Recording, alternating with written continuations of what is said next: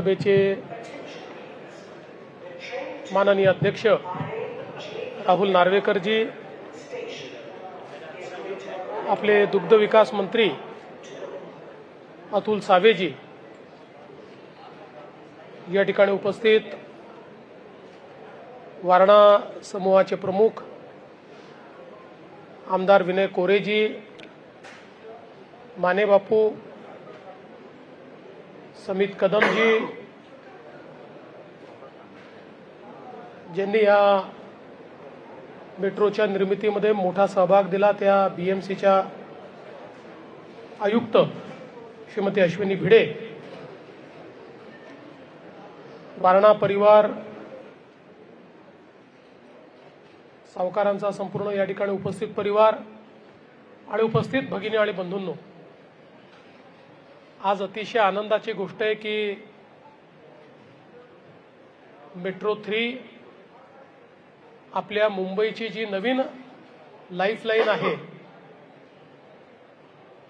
एशियातली सगळ्यात लांब single underground metro म्हणून जिच्याकडे पाहिलं जाईल अशी ही जी मेट्रो आहे, या मेट्रोच्या स्टेशनवर आमच्या कोल्हापूर जिल्ह्यामध्ये आणि महाराष्ट्रामध्ये सहकार क्षेत्रामध्ये ज्यांनी क्रांती केली, दूध आणि दुग्धजन्य पदार्थांमध्ये जो आता एक आंतरराष्ट्रीय ब्रँड बनतो आहे, अशा वारणा समूहाचं या स्टॉलच्या माध्यमातून या ठिकाणी एक अस्तित्व निर्माण झालं.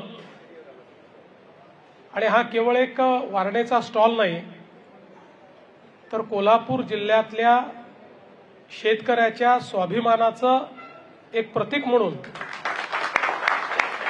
हा स्टॉल या ठिकाणी उभा राहिला आहे. जसं सावकारांनी या ठिकाणी सांगितलं की ही जी अंडरग्राउंड मेट्रो आहे, एक प्रकारे देशातला इंजिनिअरिंगचा एक मार्वल म्हणून याच्याकडे आपण पाहू शकतो. मुंबईसारख्या डिफिकल्ट ठिकाणी, कठीण ठिकाणी आणि ज्या ज्या भागात नाही जाते तो सगळा भाग प्रचंड ट्रॅफिकचा भाग आहे. इथे जमिनीखाली असं काम होऊ शकतं असं कोणी म्हटलं असतं तर कदाचित कोणी विश्वास ठेवला नसता. ते काम पूर्ण झालं, ही मेट्रो सुरू झाली.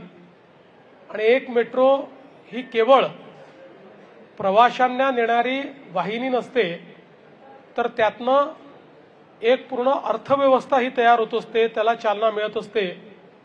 आज या प्रत्येक स्टेशनवर जाता येता प्रवासी आहेत, त्यांच्याकरता अनेक फूड स्टॉल असतील, रिटेल असेल, अशा अनेक गोष्टी या ठिकाणी उपलब्ध होतात आणि त्यातनंही मोठ्या प्रमाणात रोजगारही निर्माण होतो आणि मार्केटही मिळतं.